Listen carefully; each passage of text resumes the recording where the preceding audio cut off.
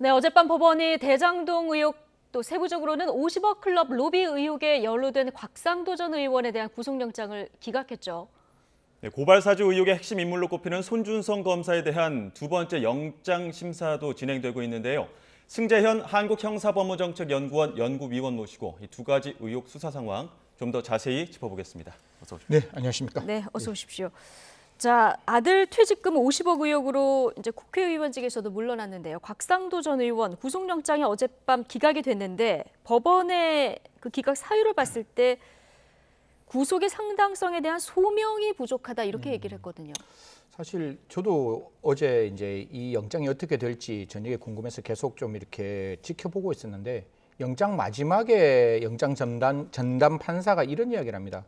다툼의 소지가 있을 뿐만 아니라 범죄의 소명, 상당성, 필요성이 존재하지 않았다. 다른 말로는 이게 영장을 발부하기 위해서는 이게 합리적 의심을 넘는 고도의 개연성이 아니라 그냥 정명에서 가장 낮은 단계 소명만 되면 되는 거거든요. 그래서 이런 범죄가 있습니다라고 그냥 판사가 고개를 끄덕이면 되는데 그 부분에 대해서도 구체적으로 입증되지 아니하였다라는 뉘앙스인 것이고 또 구속의 필요성이라는 거는 이 곽상도 전 의원이 도망하거나 도망할 우려, 증거인멸의 우려가 있어야 되는데 그조차도 없다라는 점을 들여다본다면 사실 영장 청구 내용이 굉장히 빈약하다라는 점은 저희들이 좀 조심스럽지만 이야기할 수 있겠다라는 말씀드리겠습니다. 네. 수사 초기에는 검찰이 뇌물죄로 이제 수사를 하고 있다가 알선수재로 바꿨습니다.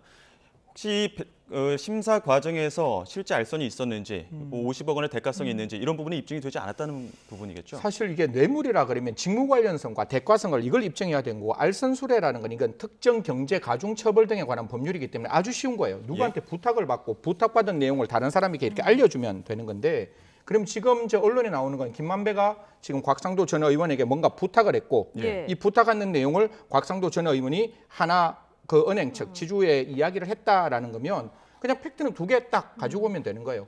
정말 김만배가 그런 이야기를 했는지에 대한 구체적인 어떤 정황. 두 번째는 곽상도 전 의원이 과연 하나은행 측에서 어떠한 내용을 했는지에 대한 두 가지 정황을 딱 판사 앞에서 아까 제가 말씀드렸잖아요. 합리적 의심을 넘는 고도의 개연성이 아니라 그럴 수 있겠네라고 갔으면 되는데 첫 번째 김만배하고 곽상도 전 의원이 만났다는 날 그 영수증을 검찰에서 제출했는데 곽상도 전 의원 난 그날 거기 없었다. 다른 알리바이가 있다라고 해서 알리바이를 딱 입증하니까 첫 번째 김만배 씨와 그다음에 저 곽상도 전 의원이 만났는 게 첫 번째 그 판사 입장에서는 고개가 갸우뚱해지는 것이고 두 번째는 그러면 하나지주은행과의 만남에서 이 정도 SPC라 그러죠. 성남의 뜰이 그 하나은행에서 빠져나오려는 어떤 생각을 했다면 가장 높은 그 하나은행 지주에 관련된 내용을 조사를 해야 될 거잖아요. 이게 탑다운으로 내려가지 밑에서 올라가지는 않으니까 그러면 과연 하나 지주회사에 있는 사람을 불러서 진술을 받았을까? 적어도 진술은 받지 않았을까라는 저는 생각을 했는데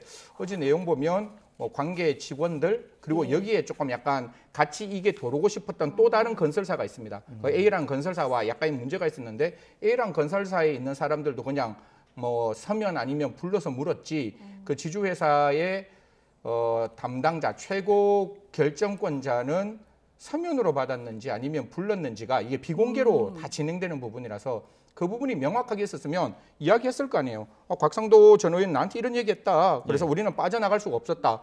이런 내용이 나오면 부탁했고 알선했는 내용만 있으면 되는데 어떻게 보면 굉장히 쉬운 내용이었음에도 불구하고 그 두 가지의 증거가 명확하지 않았는 것은 분명하다라는 말씀드리겠습니다. 자, 그러면 이제 관련자들 소환도 지금 많이 안 한 것 같고요. 말씀을 들어보면 좀 의심은 가지만 알선 수재가 있다면 어디서 언제 어떻게 이게 증명이 돼야 되는데 이걸 증명도 못했고 말씀하신 대로 지금 제출한 영수증은 오히려 곽 전 의원한테 더 도움이 되는 이런 상황이 돼버린 겁니까?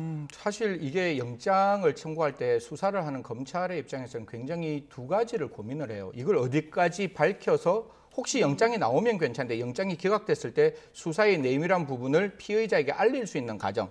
한 가지가 굉장히 이제 문제가 있는 것이고 이게 인권 친화적인 수사기 때문에 영장 청구가 원래 본질이 아니라 비구속 상태에서 그냥 구속하지 않는 상태에서 영장을 청구하는 거기 때문에 정말 지금 영장을 청구하지 않으면 정의의 공백이 발생할 수 있거나 이 사람이 도망가거나 증거인멸에 염려가 있어서 현재 이 재판에서 유죄 판결이 안 나올 수 있는 그런 당위적인 상황이 있어야 되는데 사실 그런 상황들이 보이지 않기 때문에 과연 이런 형태의 영장 청구가 맞는 건지는 굉장히 좀 고민이 되고, 사실 저런 영장에서 제가 고민했던 것 중에 한 가지는 저렇게 현직 국회의원에 대해서 영장을 청구했음에도 불구하고 영장이 기각됐다면 굉장히 전직 국회의원에 대해서 영장을 청구했음에도 기각됐다면 수사의 추동력은 좀 떨어질 수밖에 없는 것이 아닌가 예. 그렇게 생각합니다. 지금 50억 클럽 중에서도 그러니까 비교적 혐의가 구체화됐다라고 하는 곽상도 전 의원에 대해서 지금 기각이 된 상황이다 보니까 말씀하신 것처럼 다른 수사에 또 동력을 잃을 수 있다 이런 분석들도 많이 나오고 있거든요. 사실 이게 각각이 조금씩 달라요. 저희들이 이야기하고 있는 사람 중에 아예 그 50억 클럽에서 빠졌던 분들도 계시고,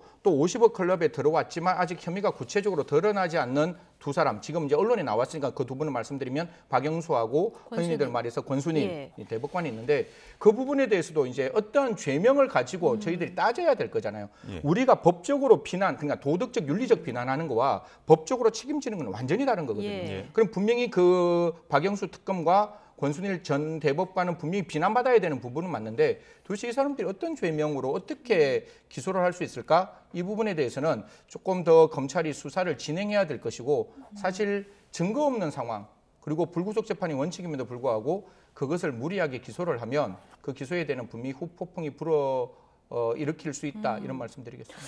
그러면 지금 이 50억 클럽 이 수사는 이제 정관계 로비 의혹 수사인데요. 이것도 지금 굉장히 어려워진 상황이고요. 또 하나가 이제 성남도검하고 민간업체 사이 배임 네. 관련 수사가 또 한 가지가 있는데, 이 수사도 지금 진척이 없어 네, 보이는데요. 사실은 이건 이미 기소가 다 됐는 상황이니까 유동규 씨 이미 기소돼서 재판에 들어가는 상태고, 김만배 씨나 뭐 사실 남욱 변호사, 그다음에 예. 그 외에 또 다른 어떤 회계사, 또 다른 변호사, 이건 뭐 실명을 아직까지 이야기를 안 하고 있으니까 네. 뭐 정영학 씨는 이야기를 했는 것 같은데, 그런 분들에 대해서는 더 이상 그 이외의 수사가 진행하지 않고, 이게 제가 아까 저번에 말씀드렸는지 모르겠지만 성남 도계공이 배임죄의 주체가 되는 거예요. 그러면 성남 도계공이 피해자이기 때문에 성남시는 성남 도계공을 관리하는 사람이거든요. 네. 관리하는 사람이 과연 배임죄를 물을 수 있느냐? 관련 여러 가지 법리와 판례를 고민한다면 론스타 사건에서 분명히 외환은행 매각이 문제가 있었지만 거기에 있는 기재부 사람들이 배임죄가 성립 안 되듯이 사실 피해자가 성남 도계공이 되는 이상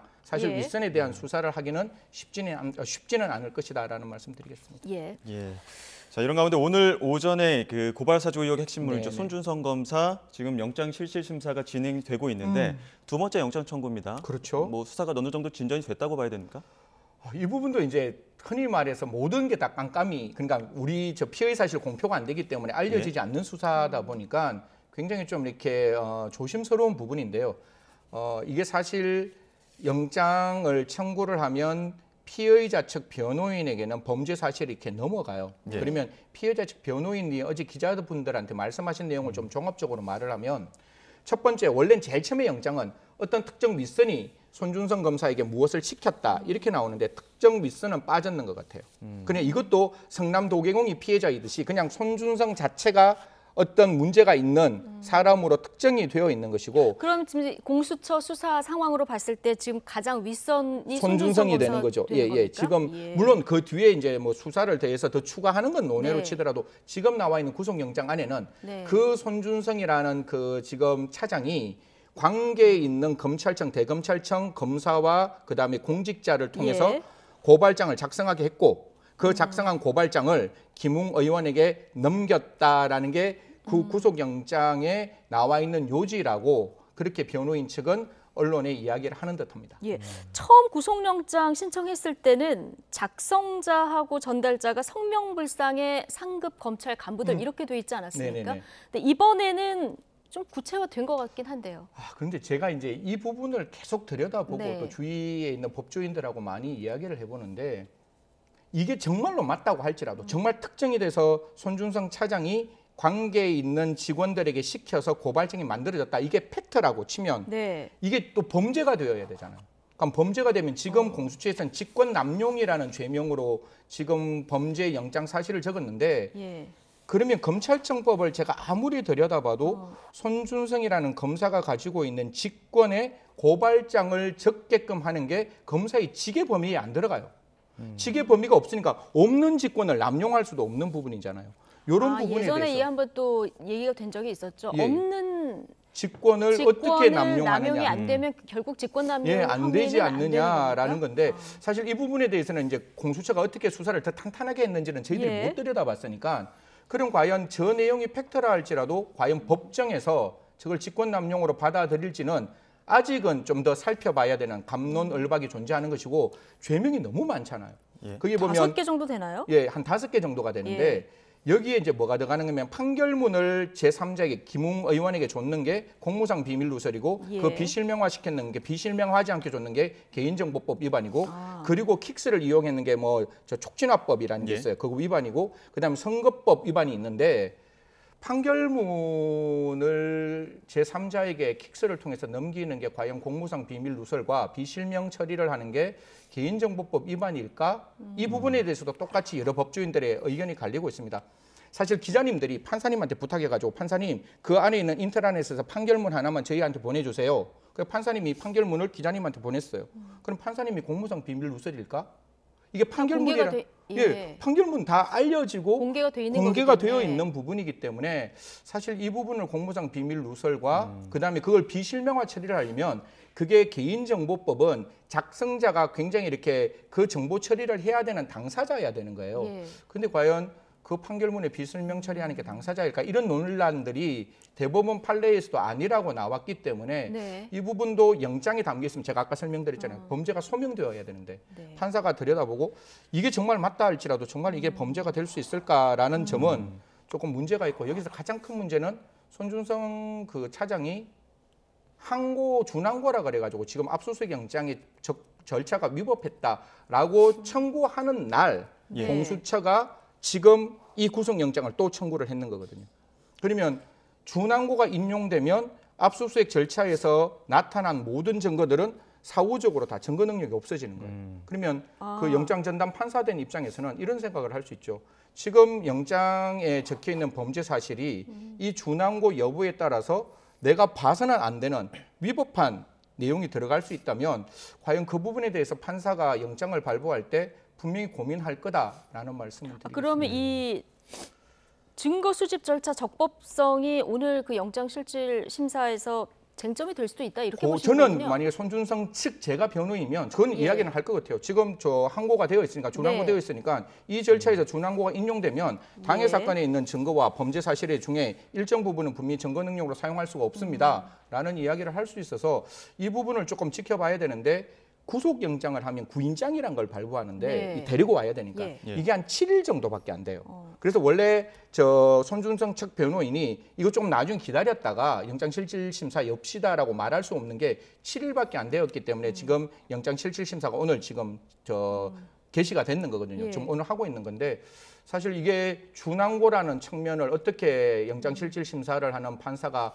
들여다볼지 그리고 범죄 사실의 소명 중에 과연 이것이 정말로 사실이라 할지라도 범죄가 될 수 있는 부분이 있을지 이거는 영장 전담 판사가 굉장히 이렇게 깊이 들여다보고 결론을 내릴 거다라는 말씀드리겠습니다. 예, 알겠습니다. 아마 그 영장 심사 결과는 오늘 저녁에 나올 것 같은데요. 나올 것 예, 같습니다. 좀 지켜봐야 될 것 같습니다. 승재현 한국형사법무정책연구원 연구위원과 이 두 가지 사안 짚어봤습니다. 오늘 고맙습니다. 네.